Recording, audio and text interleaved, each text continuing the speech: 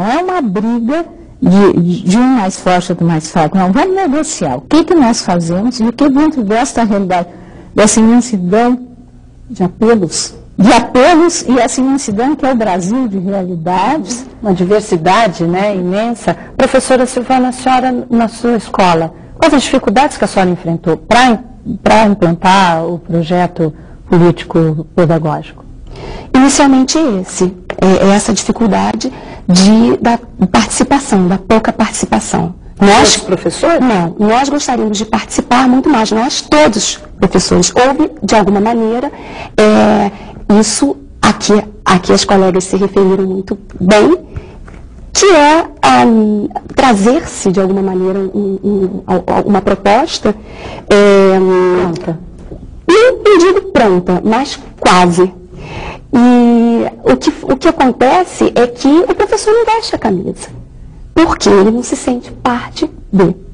Agora, eu queria ressaltar também uma questão interessante, que é claro que há necessidade de se passar pela capacitação, pela atualização do professor, mas o professor, ele tem práticas muito interessantes, ele tem muita coisa para dizer. E muitas vezes ele nem sabe que ele está dentro do projeto. Muitas vezes ele não sabe nem que ele já faz aquilo. Muitas vezes ele sabe, e não tem espaço para colocar isso. Então, o que eu queria dizer é que eu acho que qualquer projeto político-pedagógico, qualquer projeto de escola, tem que ser construído a partir da bagagem do professor. Já dizia Paulo Freire, né, que a aprendizagem é muito mais eficiente quando ela respeita o conhecimento prévio do aprendiz. E nesse caso somos todos aprendizes, né? Guimarães Rosa que fala, né?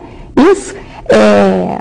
Enfim, então o professor, ele tem um conhecimento prévio que tem que ser levado em consideração na hora de se construir esse projeto de escola. E tem que ser aproveitado, né, professora? Tem que ser aproveitado. Sem dúvida.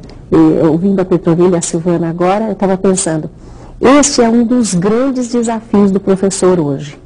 Ele considerar, com essa diversidade que a Petronila descreveu, os diferentes repertórios, portanto, os diferentes universos culturais, lembrando de novo Paulo Freire, né? Cada um ele traz um repertório, ele traz toda uma história, um conjunto de códigos de onde ele tira a condição de ler o mundo, né? A condição de ler a ciência que a gente está apresentando, né? Então o professor tem esse desafio de fazer essa leitura, de estudar este repertório e ampliá-lo, né? Com o saber escolar, ampliá-lo. Então a gente tem encontrado aí pelo país afora essa grande dificuldade, como fazer isso. E como fazer isso? Isso nós vamos estar conversando daqui a pouquinho, vamos fazer mais um intervalo. Como fazer, qual é o papel do professor em sala de aula, nós vamos estar conversando mais sobre isso dentro de instantes. Professora Petronila, há um senso comum de que o professor, de modo geral, não tem uma boa formação. Olha, eu discordo deste senso comum e creio que nós, professores, temos que esclarecer que se nós não temos uma boa formação, ninguém na sociedade brasileira tem uma boa formação, porque quantos anos todos nós que frequentamos escolas e que chegamos à universidade ficamos nas mãos de professores.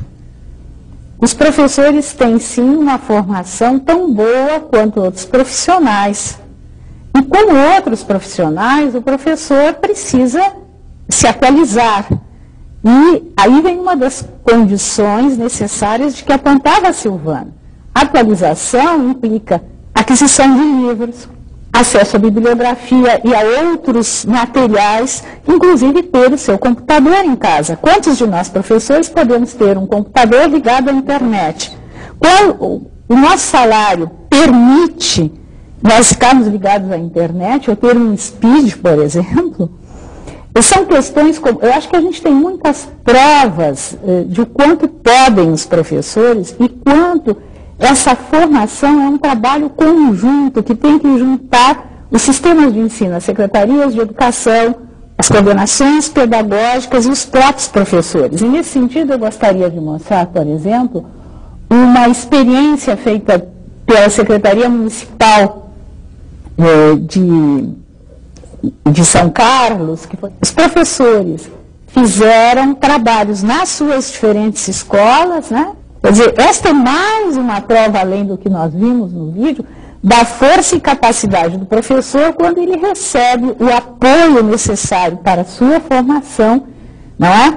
E para tratar a diversidade de temáticas, porque ninguém sozinho consegue, nem fechado somente nos muros da própria escola, dar conta do universo com quem a gente tem que tratar. E existem meios e materiais que nós, professores, e quando eu digo nós, eu também estou realmente me incluindo, muitas vezes não sabemos. Por exemplo, este livro aqui, que foi publicado já em 98 pelo MEC, que se chama Superando o Racismo na Escola, que foi organizado pelo professor Kabengele Manga, e que tem artigos de diferentes professores. Existe um outro material que eu acho bastante importante, como as conferências do Fórum Brasil de Educação, foram reuniões que foram realizadas pelo Conselho Nacional de Educação, tanto reuniões nacionais como regionais, e aqui há posições, sugestões, análises de professores, de pesquisadores, não só nacionais como internacionais.